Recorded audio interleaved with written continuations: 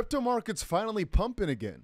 And even though Bitcoin is not in the best of positions, because for the most part, Bitcoin just seems to still be going sideways, a lot of altcoins have found some excitement, with many coins being in the plus 19% or so range a little bit earlier today.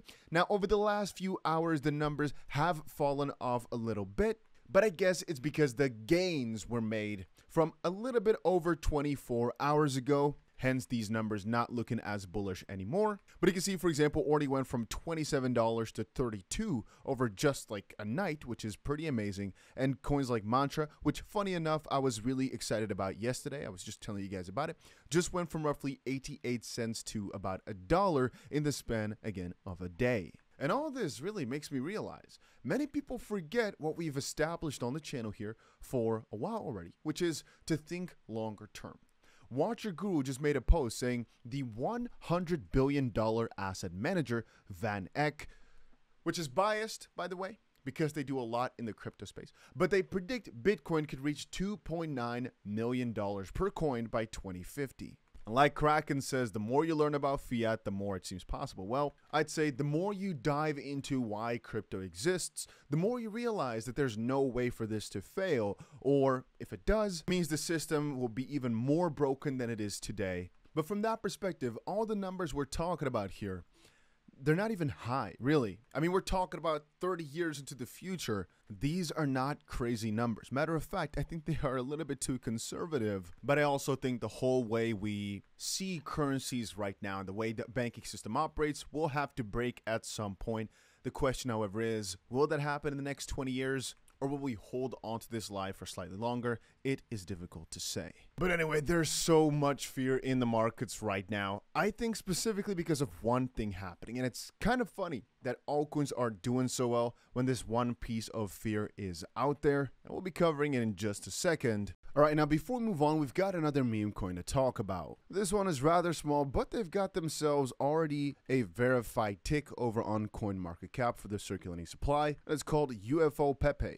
Now, one of the interesting points about it is that their artist, which you can see right here, is being followed by 𝗕𝗪𝗲𝘀, the guy behind 𝗕𝗃. So they've got some close ties with 𝗕𝗃 itself, but that in its own is not enough to sustain a healthy chart, you know? It's not everything. No, but just looking at the chart, it potentially has found its footing, it has found its bottom, because when taking a look at it, right? Which you can do over on Deck Screener by taking a look at snipers, for example, right here. Most of the ones that bought really early have sold everything.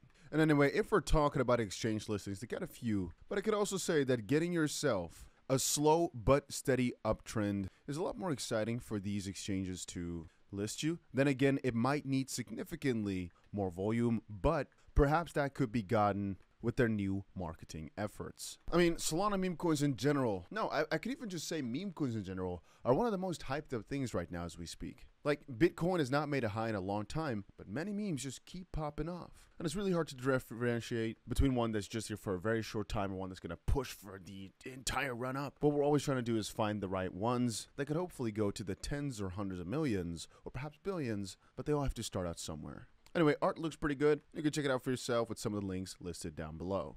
So, to catch up with what I was just saying, $16.3 billion in FTX refunds are coming. With 100x leverage, that means $1.63 trillion in buying pressure.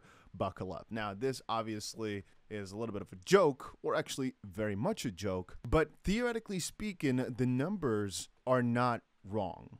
There's a lot of elaboration necessary, but there are $16.2 billion worth of claims and recoveries, quote unquote, scheduled. But then again, I think this number is very far off from what people are really going to be getting.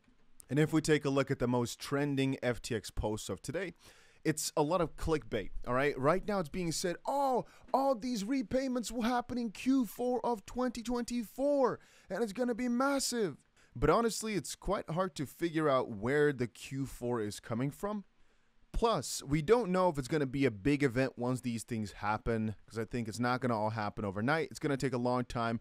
Third of all, I think the number is going to be significantly lower than what they're claiming. But on the opposite side, what we're talking about here is cash. So the reason I told you just now there's some controversy, some panic, and some scary thing is not the way you might expect it to be. Like you just saw with the post of somebody saying, oh, but if it's times 100 leverage, could be blah, blah, blah, blah.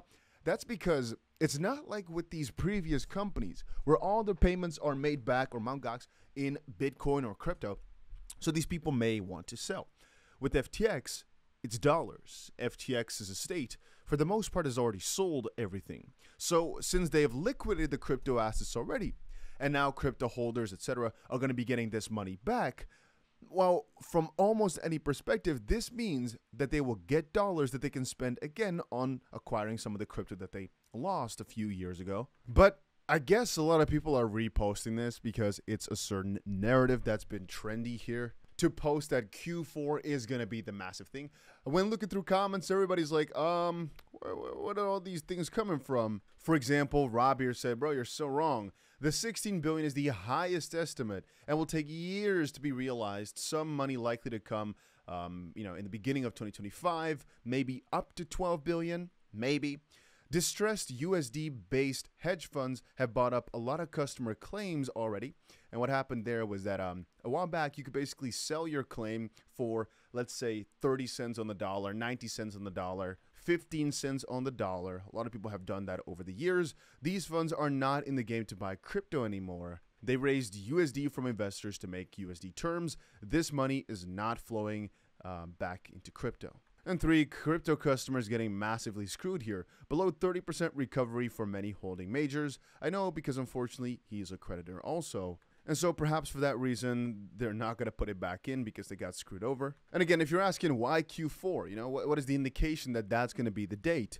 I don't know. I've not really found out exactly where people got this number from, which is why I'm being rather skeptical here.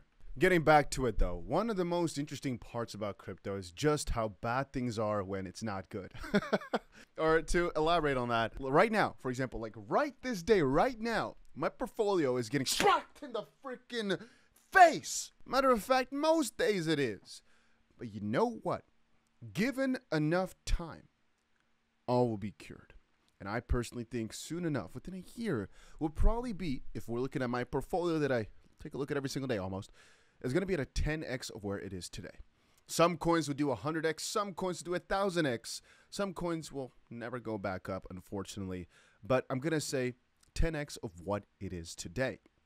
And 2 things are main parts of that. One is keep reinvesting, keep investing, but keeping it up. So that means, not selling everything, basically. And the second part is going with the trend at the time. Previous bull runs, one of my biggest regrets was being too conservative. So what I did, for example, December to March and April, is go so hard that right now my portfolio is definitely hurting, all right? Definitely hurting. Many coins are down 90%, but I went so hard because I remember the last 2 seasons where I didn't, and I don't have many regrets in life at all, but those are kind of parts of it. And it becomes especially clear if you hang around a lot of crypto people. You can see some people, for example, turn, let's say, $1 million into 100 million in 3 months. How? Because they were a bit cranky, a bit crazy. I'm not saying you should do that. I'm not saying that's the best. I'm just saying in peak bull market, those type of activities, the people that take the biggest risks and go crazy, or people that go a little bit crazy on the leverage, risky, but also get the craziest of the results. And so my strategy again in the next few months is going to be, once I start seeing the momentum going, to go so crazy, and it's going to offset all the negative times we're seeing right now. Yes, prices are down. Yes, it might be annoying, but all that will change quite rapidly at some point, and I just don't want to miss it. So whenever I see these announcements of Q4, I don't really care about Q4 itself. I care about the next few months, extrapolated to, I'm going to say, 12. So at least I think next 15 months are just the most interesting time to be here. Once more, if you're sitting on cash right now, you're not crazy, because I am too. I have cash. Usually in bull markets, I have $0 worth of cash, only for a very short amount of time to buy more dips. Right now, I'm hoarding cash like a maniac, because I know the moment that we start getting bullish again, I want to inject tons of capital into whatever works the best. And I could put this cash into Bitcoin right now, but for me personally, the way I feel about this market, I prefer to keep some cash on the side in case we start going really hard, really fast, because the way I usually do best is by momentum investing, by buying altcoins that are already going up a ton that I think will go up more, rather than only buying dips and dips and dips. I've done that for many years, and I will keep doing that, but they're different stashes of my money. Anyway, That's about it for right now. Market's interesting. Pumps, but Bitcoin ain't doing too much. But soon enough, it will. And I keep saying this is one of the final chances. I know I've said it 1,000 times. You guys are bored of it, but it's honestly my truth.